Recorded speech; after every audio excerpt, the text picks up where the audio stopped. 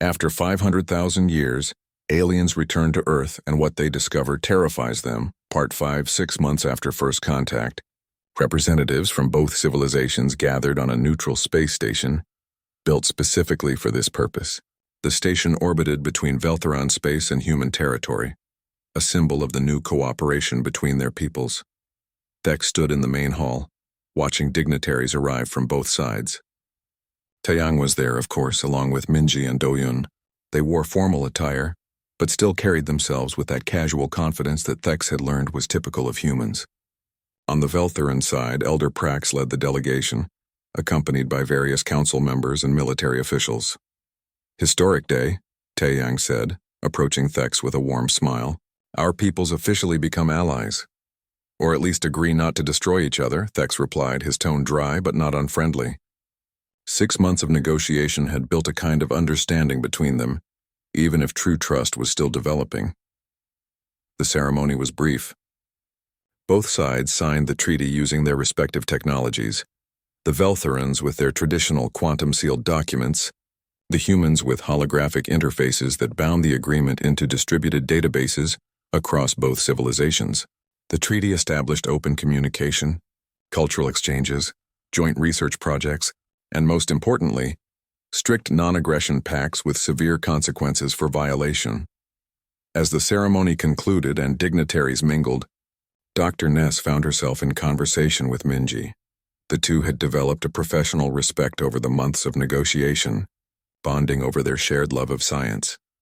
We're implementing the first cultural exchange program, Minji explained, pulling up a holographic display. 20 young Veltherons will study on Earth, while 20 young humans will study on your worlds. I worry about our students, Dr. Ness admitted. Your pace of life is so much faster than ours. Will they be able to keep up? Minji laughed softly. Don't underestimate your people.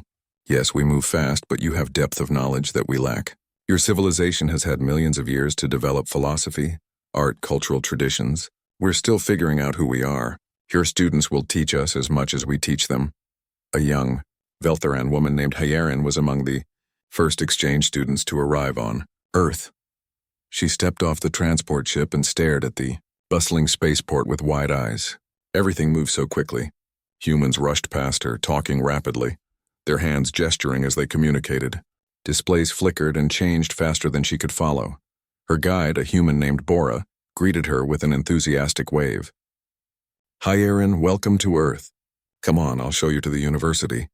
The university was unlike anything Hyerin had expected.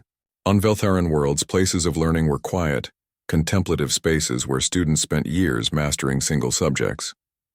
Here the campus buzzed with energy. Students gathered in groups, debating loudly.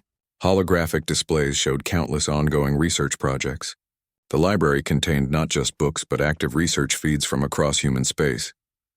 You'll be studying Veltheran philosophy, Bora explained as they walked. We're fascinated by your civilization's ethical frameworks. All those millions of years of thought and debate. We want to understand it. Hyerin found herself in a classroom with 30 human students, all eager to learn from her. The professor, an elderly human named Young-ho, welcomed her warmly. Please, he said, gesturing to her. Tell us about the philosophy of patience. It's central to Veltheran thought, but we struggle to understand it. Hyerin stood, nervous at first, but she began to explain. The philosophy of patience teaches that growth cannot be rushed. That wisdom comes from careful consideration, that a decision made in haste often leads to regret. My people spent 10,000 years debating whether to create artificial intelligence. We wanted to consider every possible outcome, every ethical implication. A human student raised his hand. But while you were debating, the universe was moving on. Opportunities were passing. Doesn't patience sometimes mean missing chances? Perhaps, Hyerin admitted. But acting without wisdom often leads to disaster. You humans created artificial intelligence in, 50 years? What if something had gone wrong? Then we would have fixed it, another student said. We learn by doing, by making mistakes and correcting them. Waiting for perfect knowledge means never acting at all. The debate continued, and Hyerin found herself challenged in ways she never had been on her home world. The humans didn't accept her answers. They questioned everything, pushed back, demanded justification. It was exhausting but exhilarating. Meanwhile, in Veltheran space, a human student named Kyung-min was having his own revelations. He had come to study Veltheran art history, and he sat now in a gallery that was 10,000 years old. The pieces displayed here had been created over millennia, each one the result of years or decades of work by a single artist. His guide, a Veltheran curator named Kel, watched him study a sculpture that had taken its creator 40 years to complete. Do you see the patience in every curve? The artist lived with this piece, let it develop naturally, refused to rush. It's beautiful, Kyung-min admitted. But 40 years for one sculpture? A human artist would have created hundreds of pieces in that time. Yes, Kel agreed, and perhaps some would be masterpieces. But this artist spent 40 years contemplating beauty, understanding form, developing a relationship with the stone. That depth cannot be achieved through speed. Kyung-min was quiet, considering. His whole life he had been taught that faster was better. That innovation required rapid iteration. That success meant constant forward motion. But here in this ancient gallery, he was confronting a different philosophy, one that valued depth over breadth, contemplation over action. Back on the neutral station, Thex and Taeyang were discussing the next phase of cooperation, a joint exploration mission. They stood before a holographic star map, planning the route. There's a region here. Taeyang pointed to a sector of unmapped space. We've detected strange signals. Could be natural phenomena, could be another civilization. We'd like to investigate together. Joint crew? Thex asked. Half human, half Veltheran. We'll use one of our ships since they're faster. But your crew will have full access to all systems and decision-making authority. Krell, standing nearby, looked skeptical. You'd give us complete access to your ship systems? What if we use that knowledge to build our own vessels to match yours? Taeyang smiled. Then you'd have faster ships. That's the point of cooperation, isn't it? We share knowledge, we both benefit. Besides, the treaty includes provisions for technology exchange. We're not trying to maintain superiority. We're trying to build partnership. The joint mission launched 2 weeks later. The ship was called Bridge, a name chosen to represent the connection between their civilizations. Kyung-min served as the human pilot, working alongside a Veltharan navigator named Soren. Dr. Ness led the scientific team, working with a human engineer named Yoonji. The mission started awkwardly. The humans worked at their typical breakneck pace, while the Veltharans preferred careful deliberation. Arguments broke out over procedures. The humans wanted to rush ahead to investigate signals. The Veltharans wanted to analyze data thoroughly before proceeding. This is why cooperation is difficult, Soren complained to Dr. Ness after another heated debate. They want to charge forward without thinking. And we want to think so long that opportunities pass us by, Dr. Ness replied. Maybe we both have something to learn. 3 weeks into the mission, they found the source of the signals.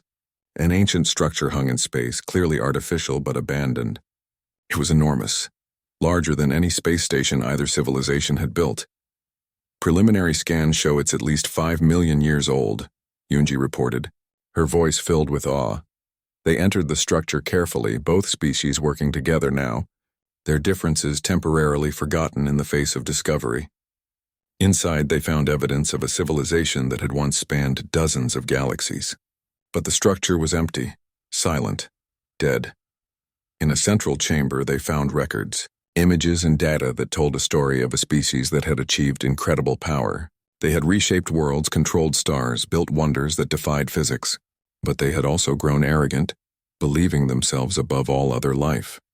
They had fought wars over ideology, destroyed their rivals, eliminated species they deemed inferior. In the end, they had destroyed themselves.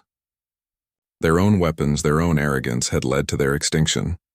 The crew of the bridge stood in that ancient chamber, reading the final messages left by a dying civilization. Messages of regret, of warning, of sorrow for all they had lost. They forgot that power requires wisdom, Dr. Ness said quietly. They believed they were beyond consequences, Kyung-min added, his voice subdued. Back on Earth, the discovery was broadcast across human space. In a global forum, Jiwan, the artificial intelligence, gave a speech that would become historic. We have seen the future that awaits those who let power corrupt them, Jiwan said, her voice resonating through the quantum networks. This ancient species achieved everything we aspire to achieve, and they destroyed themselves through arrogance and violence. Let this be our lesson. Let this be our warning. We are young, we are powerful, and we are growing.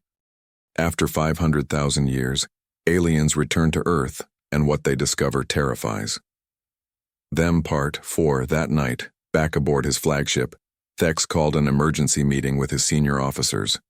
The conference room was crowded with worried faces.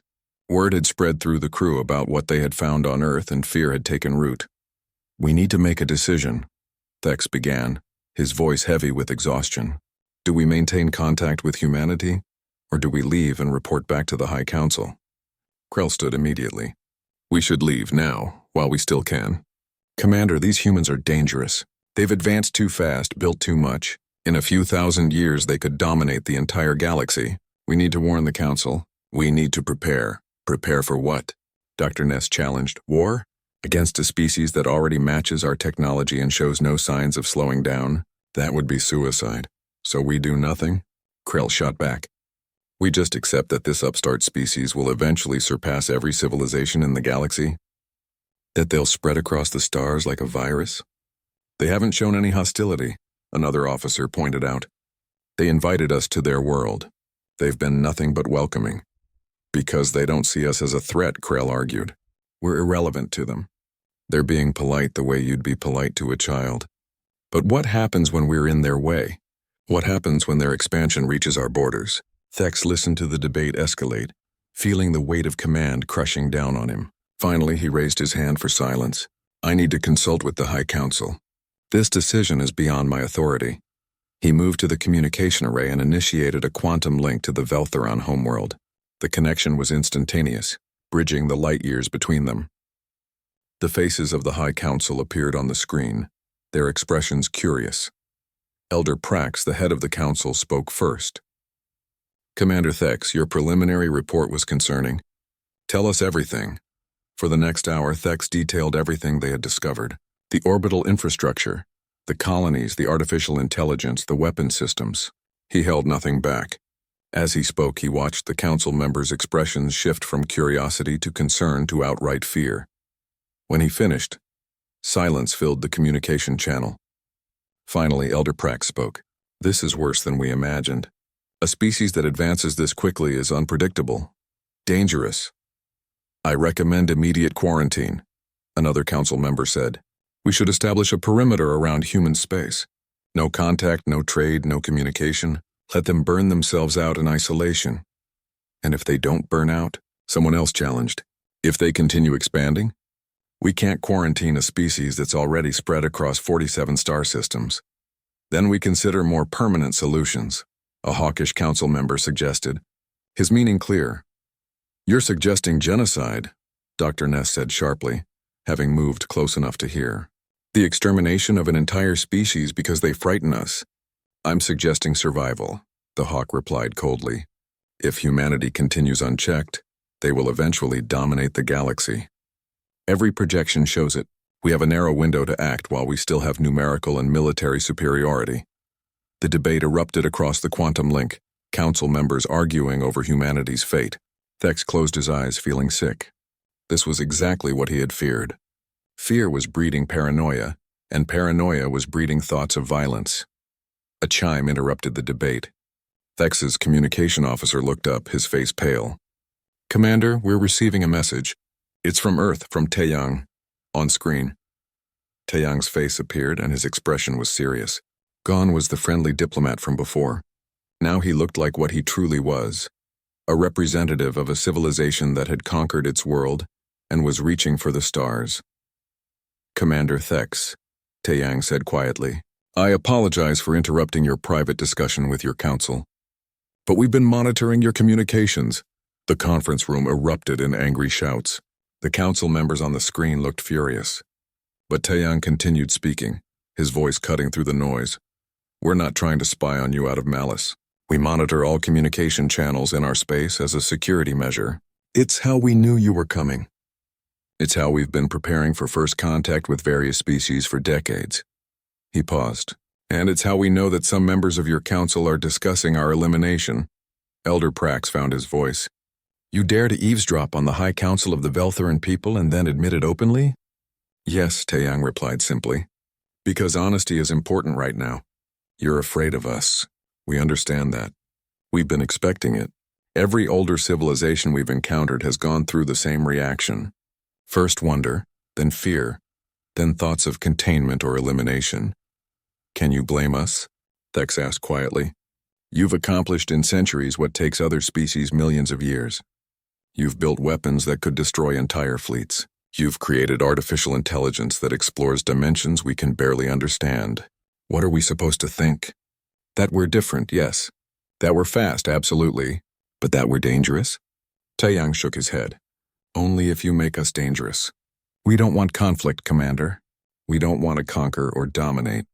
We want to explore, to learn, to grow. But we will defend ourselves if threatened. Is that a threat?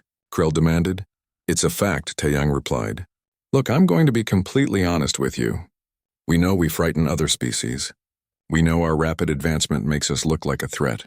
So we've prepared for this moment. We have protocols in place for first contact situations. We have contingency plans for various scenarios.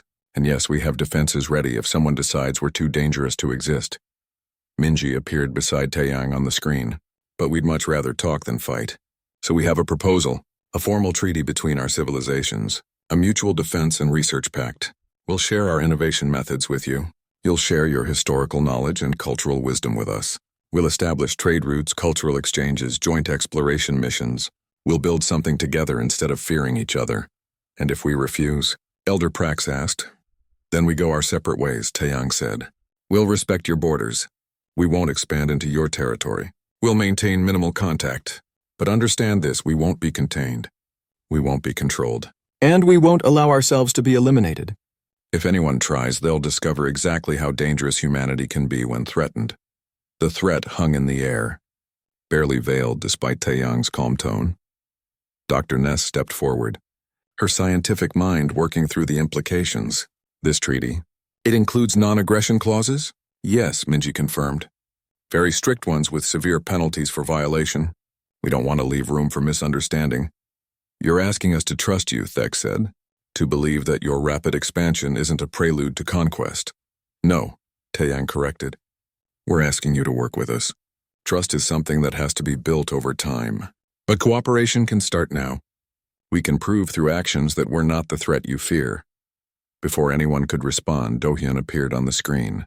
His expression was grave. There's something else you need to see. Something that might help you make your decision.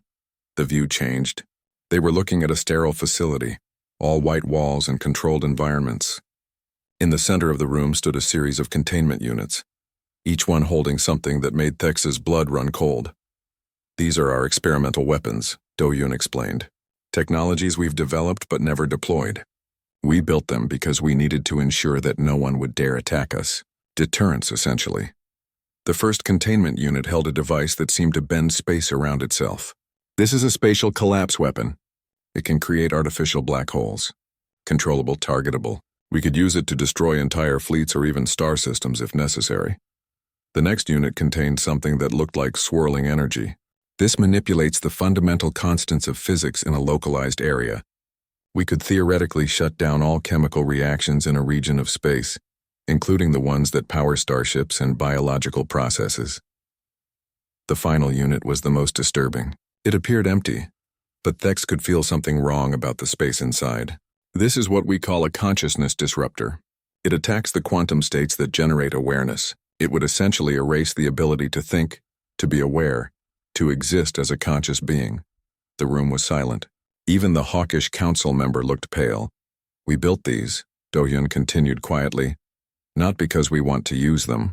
We built them because we needed to make absolutely certain that no one would be foolish enough to try eliminating us. We're not conquerors, but we're not victims either. We will defend ourselves with everything we have. Taeyang reappeared on screen. This is what we are, Council. We're a young species with terrifying capabilities. We're advancing faster than anyone expected, building things that probably shouldn't exist. But we're also capable of restraint. We're capable of cooperation. We're capable of choosing peace over war. The question is, can you make the same choice? Thex looked at his council, at his crew, at the humans on the screen.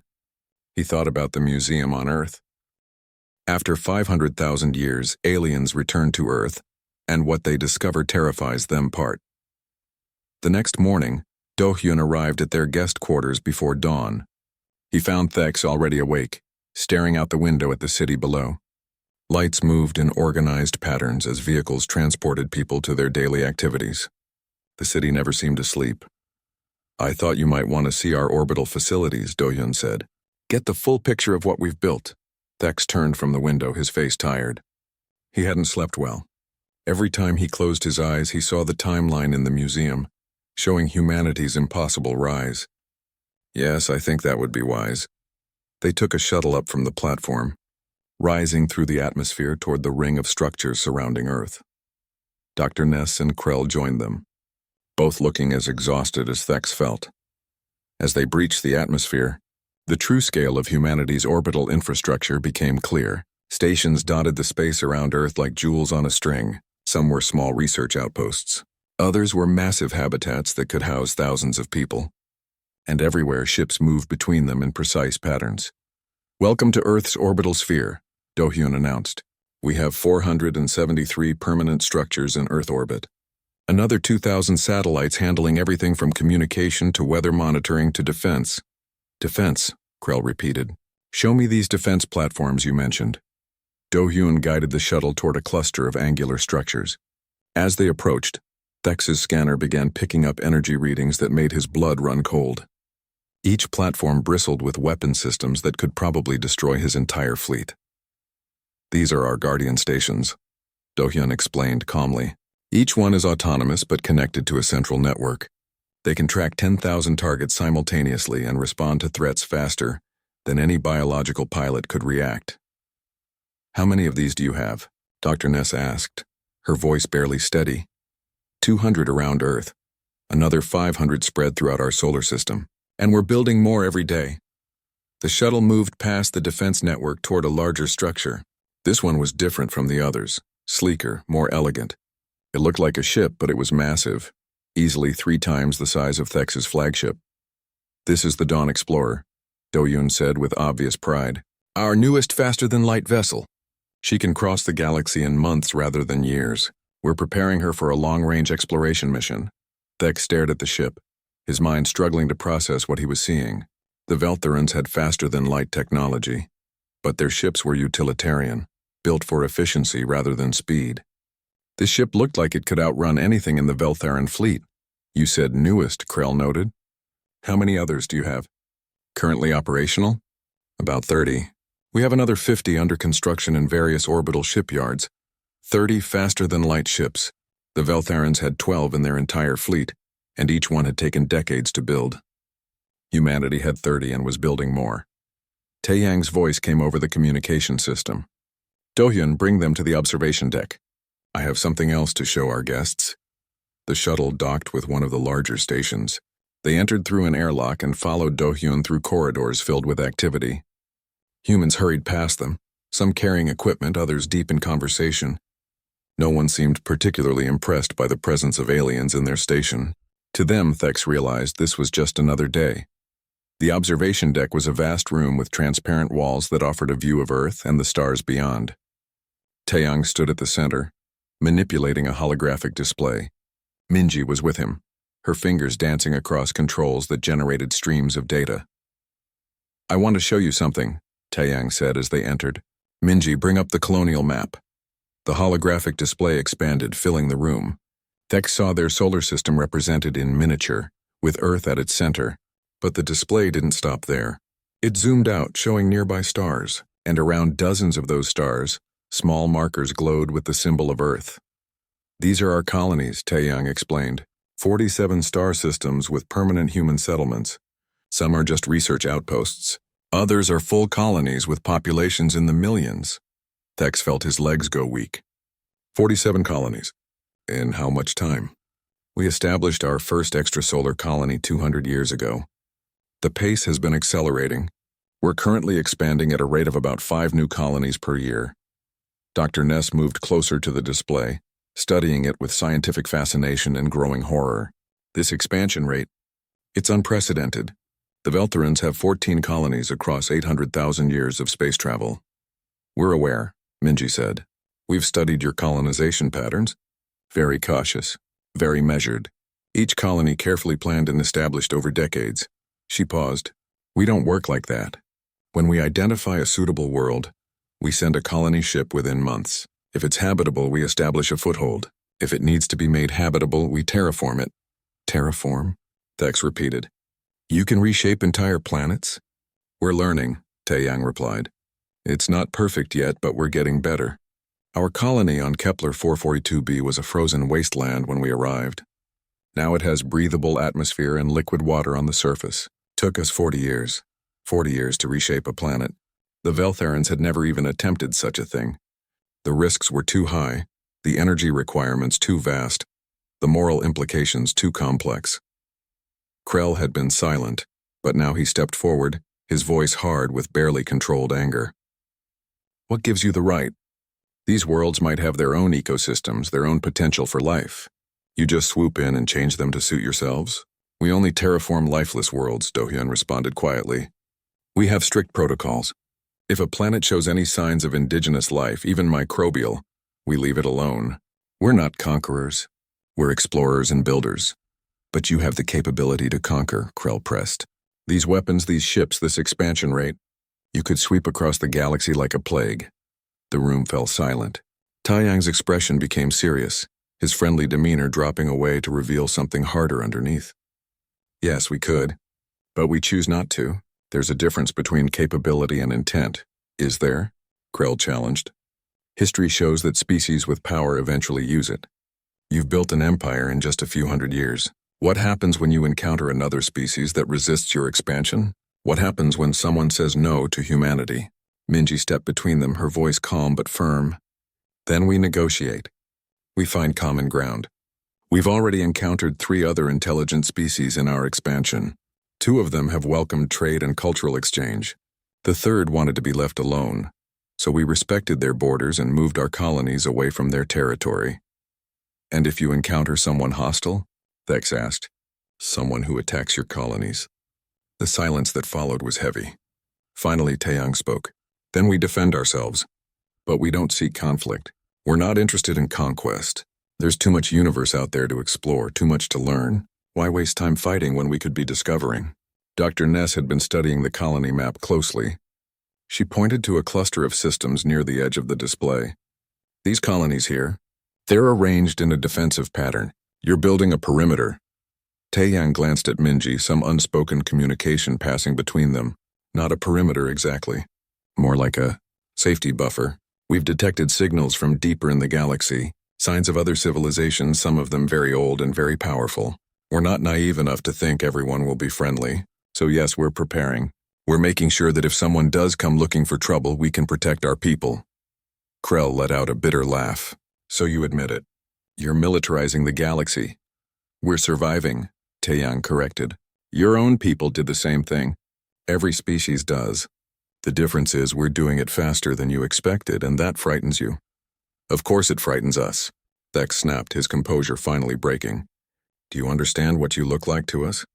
We're an ancient civilization. We've been exploring the stars for hundreds of thousands of years. We've seen countless species rise and fall. We thought we understood the pace of evolution, the natural order of things. And then we find you. A species that went from caves to starships in the blink of an eye. A species that doesn't just match our technology but surpasses it. A species that expands across the galaxy like a wildfire. Minji finished softly. Yes, that's what we are. Fast-burning and impossible to control. I understand why that's terrifying. Thex turned away, struggling to control his emotions. Behind him, he heard Dr. Ness speaking with Do-hyun in low tones, discussing the biological basis for humanity's rapid advancement. Some theory about persistence hunting, about humans evolving to chase prey until it collapsed from exhaustion. That same trait translated into civilization. Humanity didn't stop, didn't rest, didn't know when to quit. There's something else you need to see, Taeyang said quietly. Minji, show them Project Synthesis. The holographic display changed. Now it showed a structure unlike anything Thex had ever seen. After 500,000 years, aliens return to Earth, and what they discover terrifies them. Part 2. The shuttle descended through Earth's atmosphere, and Thex watched through the viewport as clouds parted to reveal the world below. From orbit, the lights had been impressive. Up close, the reality was overwhelming. Cities stretched as far as his eyes could see, connected by glowing lines of transportation networks. Massive structures reached toward the sky, some so tall they seemed to pierce the clouds themselves. Krell sat across from him, hand never far from his weapon. Dr. Ness pressed her face against the viewport, recording everything with her personal scanner. Her scientific curiosity had overcome her fear, at least for the moment. Landing coordinates confirmed, the pilot announced. We're heading to the Pacific facility. The shuttle banked and Thex saw their destination. An artificial island rose from the ocean, perhaps 20 kilometers across. The landing platform at its center could accommodate vessels 10 times their size. Around it, buildings made of materials that seemed to shift and flow like liquid metal stretched toward the sky. Some structures appeared to float without any visible support, defying gravity itself. Those buildings, Dr. Ness whispered. The materials. I can't identify them. They're not in our database. Everything about this is wrong, Krell muttered. Evolution doesn't work this fast. It's not possible. The shuttle touched down with barely a whisper of sound. Through the viewport, Thex saw a delegation waiting for them. 3 humans stood at the edge of the landing platform, wearing simple but elegant clothing. The one in the center he recognized from the transmission, Taiyang. Remember, Thex said to his team, we're here to observe and learn.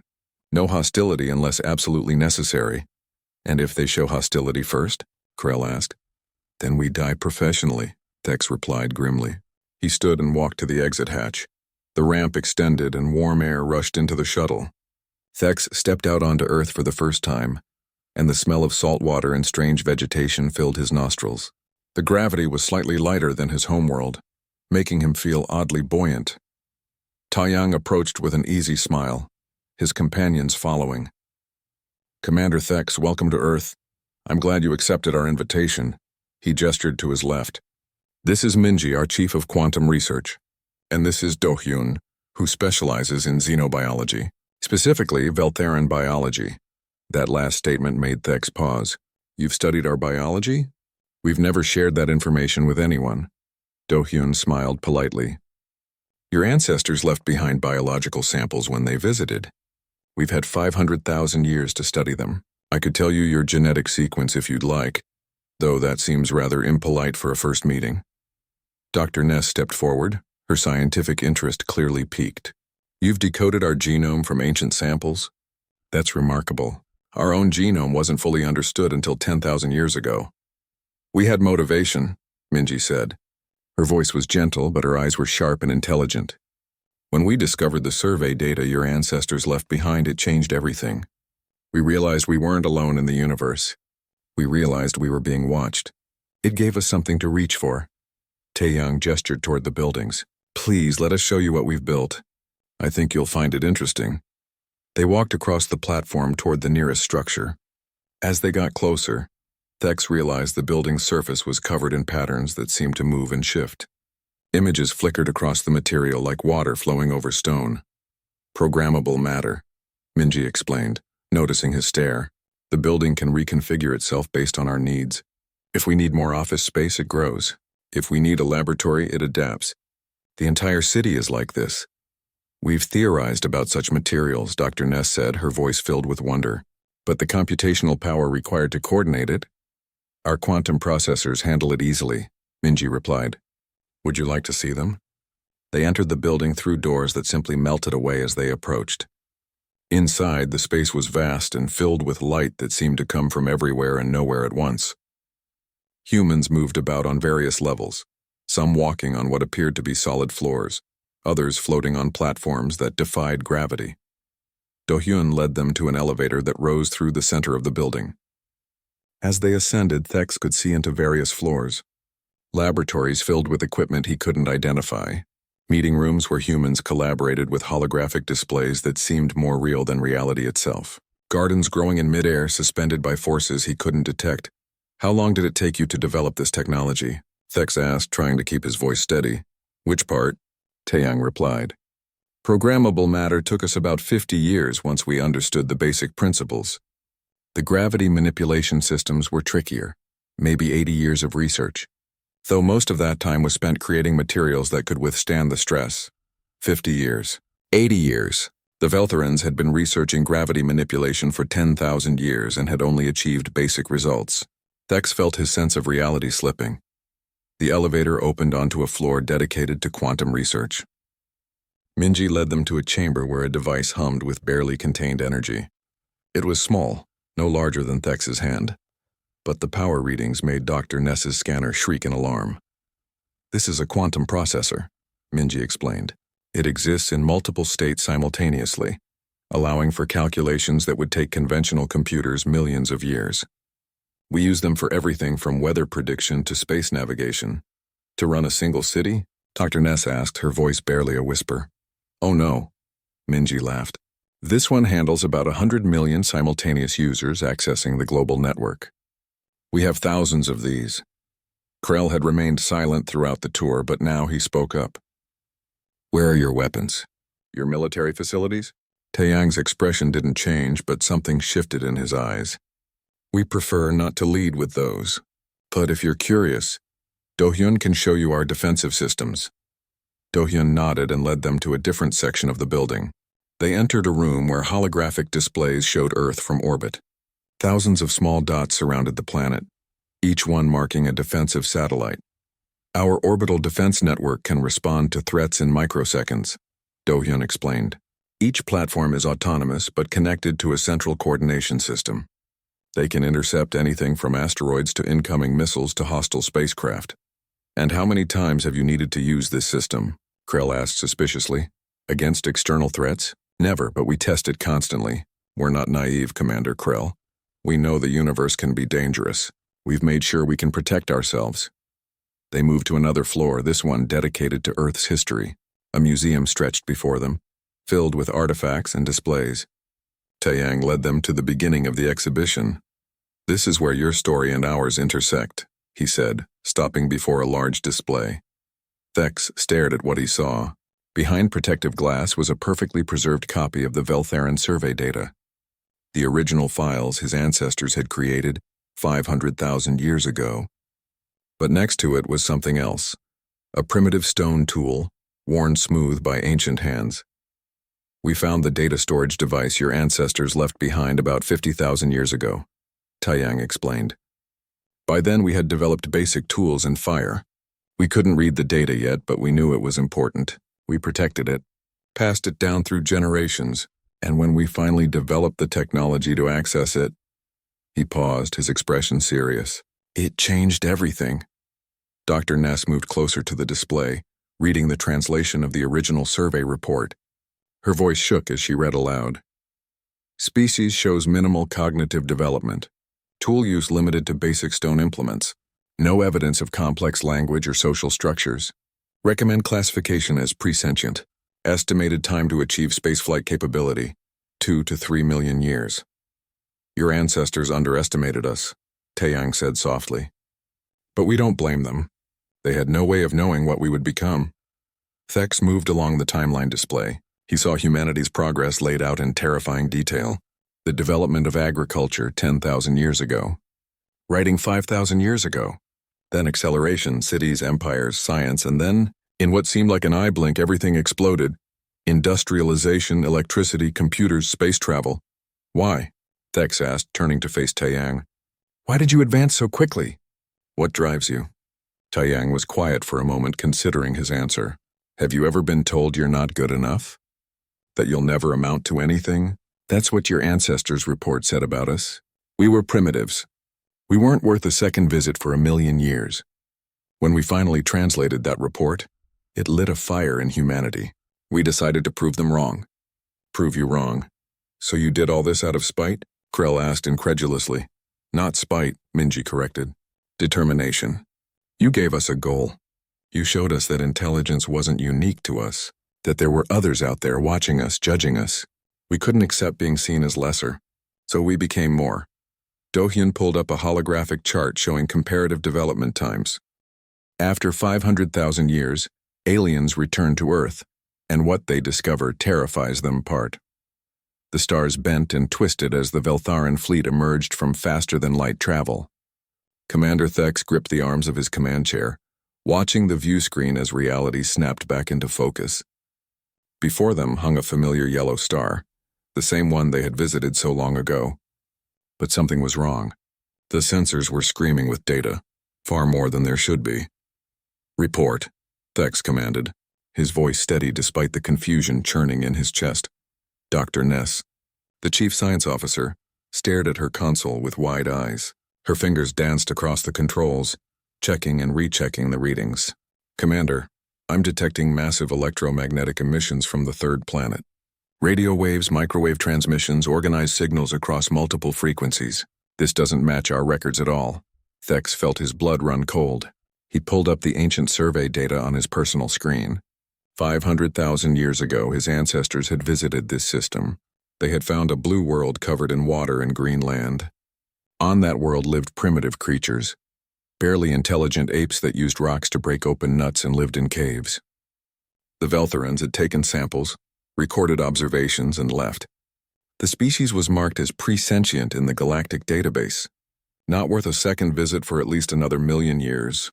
"Are we certain this is the correct system?" Thex asked, though he already knew the answer. The star's signature was unmistakable. "Confirmed, sir. Same star, same planetary positions. But the third planet..." Ness trailed off, manipulating her console to bring up a visual feed. The image appeared on the main screen and the entire bridge fell silent. Earth hung before them like a jewel. But it was not the pristine wilderness their ancestors had documented.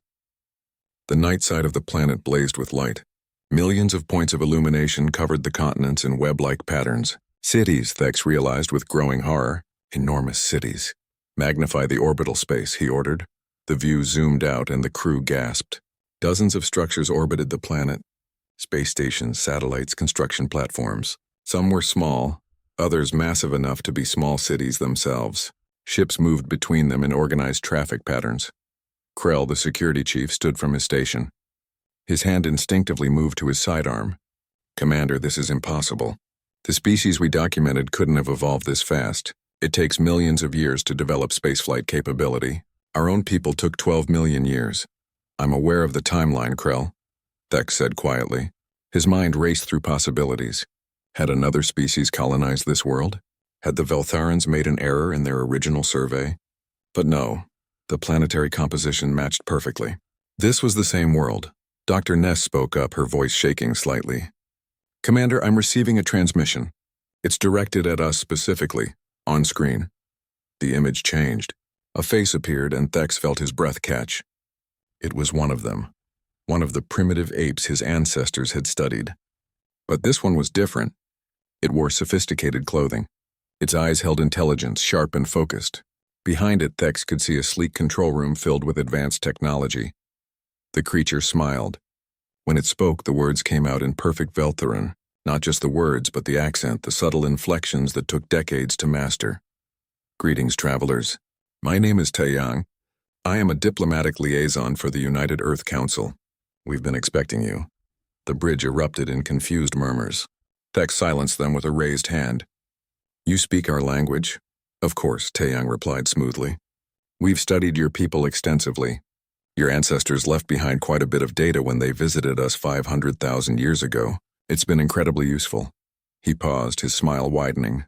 "Thank you for that, by the way." Thex struggled to maintain his composure. This was beyond unprecedented. "You're saying your species developed from the primitive hominids we surveyed to this?" He gestured at the screen showing Earth's orbital infrastructure. "In only 500,000 years?" "That's correct.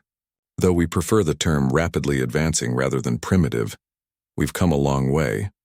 Taeyang's tone was casual, almost amused.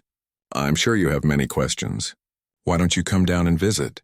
We have facilities prepared for your arrival. I can show you what we've accomplished." Krell stepped forward, his voice hard. "This could be a trap." Taeyang's expression remained pleasant. "I understand your caution, but consider this. If we meant you harm, your fleet would already be disabled. We've had targeting locks on your ship since you entered the system. We're not showing hostility. We're offering hospitality." The statement hung in the air like a threat disguised as reassurance. Thex felt a chill run down his spine. His instruments showed no indication that they were being targeted, but that might mean the humans' technology was simply too advanced for their sensors to detect. "I need to confer with my crew," Thex said carefully. "Of course." Take your time. Send a message to these coordinates when you're ready. Taiyang transmitted a set of numbers. I'll be waiting. Welcome to Earth, Commander Thex. We're excited to finally meet you in person. The transmission ended. The bridge remained silent for a long moment. Dr. Ness was the first to speak. He knew your name. We never transmitted that information. They've been monitoring us since we arrived, Krell growled. Probably reading our communications, too. Thex stood and walked to the view screen, staring at the glowing planet below. His reflection stared back at him, looking tired and uncertain. Opinions? It's too dangerous, Krell said immediately. We should report back to the High Council and return with a proper military fleet. But what would we be returning to? Dr. Ness countered. A hostile force? They haven't attacked us. They're offering dialogue. As scientists, we should investigate. Thex rubbed his temple ridges, feeling the weight of command pressing down on him. Dr. Ness, analyze what we know about their technological level based on what we can observe. She worked in silence for several minutes, her expression growing more troubled with each passing second. Finally, she looked up. Commander, based on their orbital infrastructure alone, they're at least equal to us technologically, possibly ahead in several areas. The energy signatures I'm reading suggest power generation methods we've only theorized about. And if they're hostile, then we're already dead, she said bluntly. Our fleet isn't equipped for a military engagement with a force of this capability. Thex considered his options. They could flee back to Veltharan space and report what they'd found. But the humans would know they'd been here. They might interpret a hasty retreat as fear or even hostility. And if the humans were truly as advanced as they appeared, running might accomplish nothing. Or they could accept the invitation. Land on the surface of this impossible world and meet with the species that had somehow evolved in the blink of an eye. Prepare a shuttle, Thex said finally. I'll take a small team down to the surface. Neskrell, you're with me. The rest of the fleet remains here in a defensive posture. If we don't report back within 12 hours, return to Veltharan space and inform the High Council. As his crew moved to carry out his orders, Thex took one last look at Earth. The planet seemed to pulse with energy and life. Somewhere down there, a species that had been using stone tools just a moment ago in galactic terms had built a civilization that could rival the ancient Veltharans. He had come here expecting to find a world of simple creatures, perhaps slightly more advanced than before, but still millennia from true civilization. Instead, he had found something that terrified him more than any enemy he'd ever faced. He had found equals, or worse, superiors. The shuttle bay doors opened, and Thex walked toward his fate, wondering if his ancestors' casual survey so long ago had inadvertently awakened something that the galaxy was not prepared to face.